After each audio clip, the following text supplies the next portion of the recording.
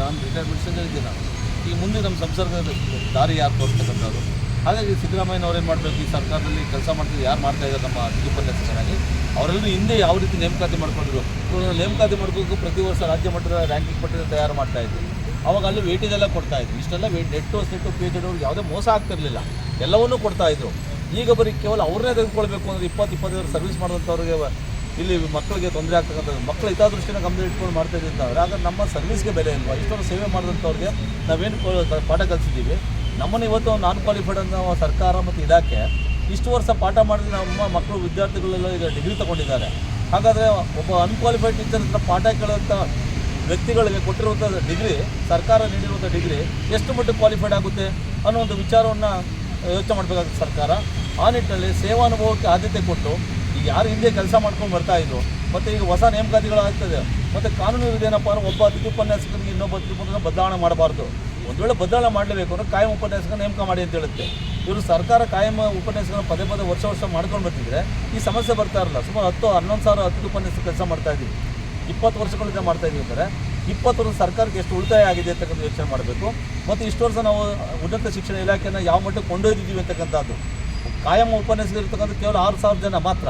ಅತಿಥಿ ಉಪನ್ಯಾಸಕರು 11,000 ಜನ ಇರ್ತಕ್ಕಂಥ ಸಂದರ್ಭದಲ್ಲಿ ಇವತ್ತು ಶಿಕ್ಷಣಕ್ಕೆ ಹೆಚ್ಚಿನ ಮಹತ್ವವನ್ನು ಕೊಡ್ತಕ್ಕಂಥ ಅತಿಥಿ ಉಪನ್ಯಾಸಕರಾಗಿರೋದ್ರಿಂದ ಇವತ್ತು ಇಷ್ಟೆಲ್ಲ ಮಾಡಿದಂಥವ್ರನ್ನ ಏಕಾಏಕಿ ನೀವು ಕ್ವಾಲಿಫೈಡ್ ಅಲ್ಲ ಅಂತ ಹೊರಗೆ ಕಳಿಸೋದಾದರೆ ಹಾಗಾದ್ರೆ ನಮ್ಮ ಪಾಠ ಮಾಡೋದಕ್ಕೆ ಬೆಲೆ ಏನು ಸಿಕ್ಕಿದೆ?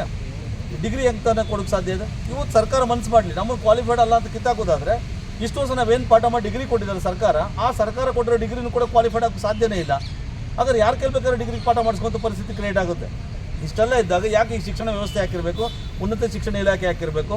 ಮಂತ್ರಿಗಳು ಮನಸ್ಸು ಸರ್ ಮಾತಾಡ್ತಾ ಇದ್ದಾರೆ. ಒಂದು ಕಡೆ ನೆಟ್ಟು ಸೆಟ್ ಮಾಡ್ಕೊಳ್ಳಿ ಅಂತ ಹೇಳ್ತಾರೆ. 3 ವರ್ಷ ಟೈಮ್ ಕೊಟ್ಟಿದ್ದು ನಮ್ಮ ಹಿಂದಿನ ಸರ್ಕಾರದಲ್ಲಿ.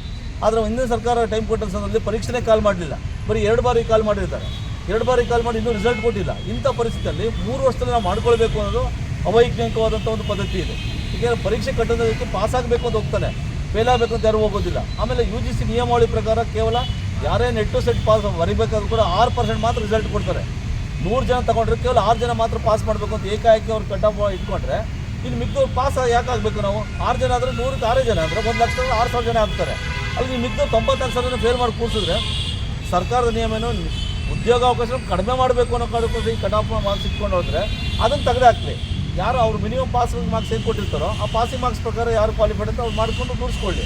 ಆದರೆ ಯಾವುದೇ ಆದೇಶಗಳು ಬಂದರೂ ಕೂಡ ಪ್ರಾಸ್ಪೆಕ್ಟಿವ್ ಆಗಿರಬೇಕು ಹೊರತು ರೆಟ್ರಾಸ್ಪೆಕ್ಟಿವ್ ಆಗಿರಬಾರ್ದು ಅಂತಕ್ಕಂಥದ್ದು ಕಾನೂನು ಆದೇಶಗಳಿದ್ದಾವೆ.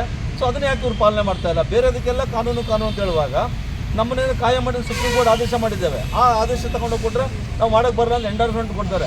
ಅಂಥದ್ರಲ್ಲಿ ಕಾಯಂ ಮಾಡೋಕ್ಕೆ ಎಂಡರ್ಸ್ಮೆಂಟ್ ಕೊಡೋದು ಆಗೋದಿಲ್ಲ ಅನ್ನುವಂಥವ್ರು ಕೇವಲ ಅತಿಥಿ ಉಪನ್ಯಾಸಕರು ನೇಮಕಾತಿ ಮಾಡಬೇಕಾದ್ರೆ ಈ ಕಾನೂನು ಆದೇಶ ಅಡ್ಡ ಬರುತ್ತೆ, ನಮ್ಮ ಕಾನೂನು ಪಾಲನೆ ಮಾಡಬೇಕು ಅಂತ ಹೇಳುವಂಥ ಇಲಾಖೆ ಎಷ್ಟು ಮಟ್ಟಿಗೆ ನ್ಯಾಯವಾಗಿದೆ ಅಂತಕ್ಕಂಥ ಯೋಚನೆ ಮಾಡಬೇಕಾಗ್ತದೆ. ಈ ನಿಟ್ಟಿನಲ್ಲಿ ದಯವಿಟ್ಟು ಮಾನ್ಯ ಮುಖ್ಯಮಂತ್ರಿಗಳೇ ಮಧ್ಯಪ್ರವೇಶ ಮಾಡಿ ಅವ್ರು ಏನು ಸದನದಲ್ಲಿ ಹೇಳಿದ್ರು ಅದೇ ರೀತಿ ನಡ್ಕೊಂಡು ನಮ್ಮ ಬಾಳಿಗೆ ಬದುಕನ್ನು ಕೊಡಬೇಕು ಅಂತ ನಾನು ಈ ಮೂಲಕ ಅವ್ರು ಕೇಳ್ಕೊತಾ ಇದ್ದೀವಿ. ಇವರು 5,200 ಜನ ಬೀದಿಗೆ ಬರ್ತಕ್ಕಂಥದ್ದು. ನಾಳೆಯಿಂದ 20 ತಾರೀಕು ಕೌನ್ಸಿಲ್ ಹಿಡಿಯುತ್ತೆ. ಒಂದು ವೇಳೆ ಅಲ್ಲೇನೋ ಸೆಲೆಕ್ಷನ್ ಆಗಿಲ್ಲ ಅಂದರೆ ಮತ್ತೆ 5,200 ಜನ ಬಂದು ಫ್ರೀಡಮ್ ಪಾರ್ಕ್ ಕೂತ್ಕೊಂಥ ಪರಿಸ್ಥಿತಿ ಬರುತ್ತೆ. ಅದೇನೇ ಹೋಗಲಿ ನಾವು ಪ್ರಾಣ ಕೊಡೋಕ್ಕೂ ರೆಡಿ ಇದ್ದೀವಿ. ಏಕೆಂದರೆ ಸಂಸಾರ ಈಚೆ ಬಂದ ಮೇಲೆ ನಾವು ಇಷ್ಟು ಬದುಕಿದ್ದು ವೇಸ್ಟ್ ಆಗೋದಂಥದ್ದು. ಅದಕ್ಕೆ ಸರ್ಕಾರ ನಮ್ಮಗಳನ್ನು ಮಾನವೀಯ ದೃಷ್ಟಿ ನೋಡಿ ಇಲ್ಲ ಭದ್ರತೆ ಕೊಡಬೇಕು, ನಾವು ಮುಂದುವರಿಸಿದ ಕೆಲಸ ಮಾಡಬೇಕು ಅಂತ ಕೇಳ್ಕೊತಾ ಇದ್ದೀವಿ ಸರ್.